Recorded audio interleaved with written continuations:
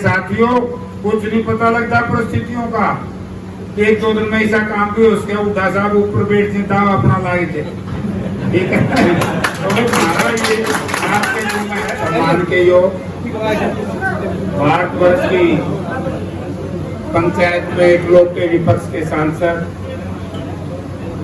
हमारे अजीज दीपेंद्र सिंह हुड्डा जी, उनके साथ आए हुए हमारे सभी नेतागण, सबसे पहले तो मैं ज्वाइंट को स्वागत तो करता, धन्यवाद खुशबू का, लेकिन फौजी का पहला करना पड़ेगा।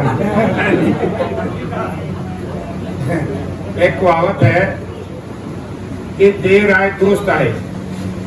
हमें तो जो हुआ सो हुआ, लेकिन जिस तरीके से हरियाणा प्रदेश के लोगों ने भावनाओं में बह करके जात पात मजहब और धर्म में बट करके देश और प्रदेश में ऐसी सरकार बनाने का निर्णय लिया जिस सरकार की वजह से आज हरियाणा प्रदेश का एक एक नागरिक दुखी और परेशान है। क्योंकि हम ये सुनते थे मोदी जी की चर्चा करें नहीं करेंगे क्योंकि वो बड़ा मामला। अब प्रदेश की हम चर्चा करें, फौजी ठीक कह रहा था कुलदीप, लेकिन कुलदीप सिंह बात ध्यान होगी, मैं तो 26 तारीख में इसने चुनौती दे दी कि वे जयप्रकाश ने काम ज्यादा किए हैं या मैंने किए हैं, और मैं लेखा जोखा लेकर बैठ गया क्लास में।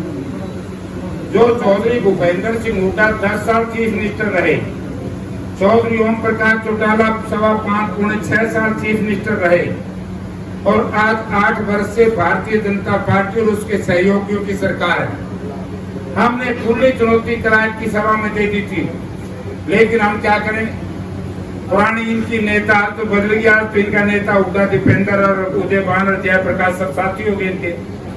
तो उन्होंने वैसे एक दिन इसने बताई थी पेमेंट का मामला को लेकर के, मैं इसकी वीडियो सुन ला रहा था, तो तोड़ की अखबार वालों ने छापा कि जयप्रकाश की और यू टर्न लेगी। मां सीधा डायरेक्ट टर्न तो लिया, इस पार्टी ने हमेशा यू टर्न लिया। जो हालत आज हरियाणा प्रदेश की है, आज धान का सीजन है, और जब भारतवर्ष के किसान सड़कों पर धरना दिए बैठे थे टोलों पर दिल्ली के चारों, उस वक्त भारत के प्रधानमंत्री ने ये कहा था कि हम ऐसा कानून बना रहे हैं कि देश का किसान कहीं भी अपनी फसल बेचे।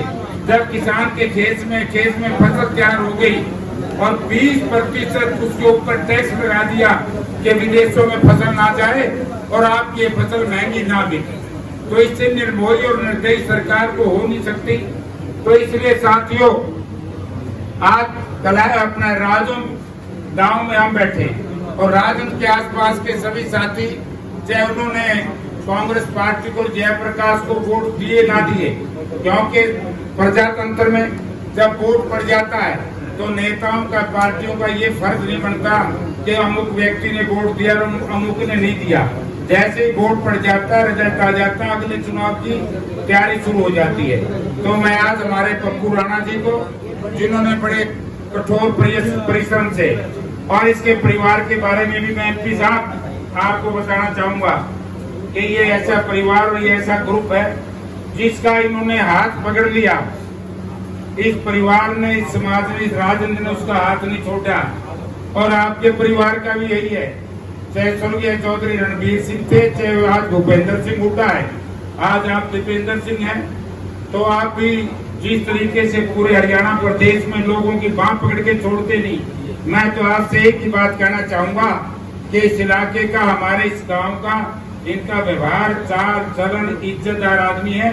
इसी तरीके से आप इनका बाजू पकड़ना, और जब हरियाणा प्रदेश में 1.25 साल के बाद सरकार आए, जो हमारे कुटी भाई की थोड़ी मोटी दिक्कत है वो मैं आपके जिम्मे लाऊंगा, क्योंकि मुख्यमंत्री तो चाहे हुड्डा साहब बनेंगे, लेकिन भाई साथियों कुछ नहीं पता लगता परिस्थितियों का।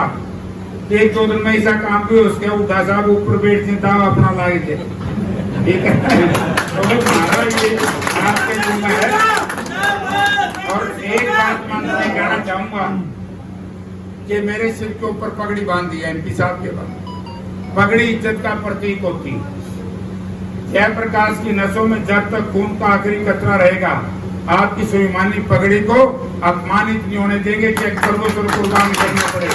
लेकिन हम आपसे ये नम्रता पूर्वक निवेदन करेंगे कि आप लोग ने जिस तरीके से हमारे नौजवान सांसद का, क्योंकि एक ऐसा नौजवान है वो आजादी के बाद पूरे भारतवर्ष में लगातार 42 साल की उम्र में 4 बार आज तक कोई एमपी नहीं बना, और इसलिए आज हमें ऐसा अच्छा लग रहा है कि हरियाणा प्रदेश से उज्जवल भविष्य होगा और साथ में दीपेंद्र सिंह का भी उज्जवल भविष्य हमें दिखाई दे रहा है। तो इसलिए एमपी साहब ये आपका साथ देंगे, आप इनका हाथ नहीं छोड़ोगे और पूरी राजनीति का और इलाके का नहीं छोड़ोगे। कलायत में थोड़ी तो नहीं रहेगी थी, जैसे उद्धव साहब ने जोर मारा था 8 साल से हम बोलते हो लिए, इस पर उतना जोर आपने लाना है। आपका बहुत बहुत धन्यवाद।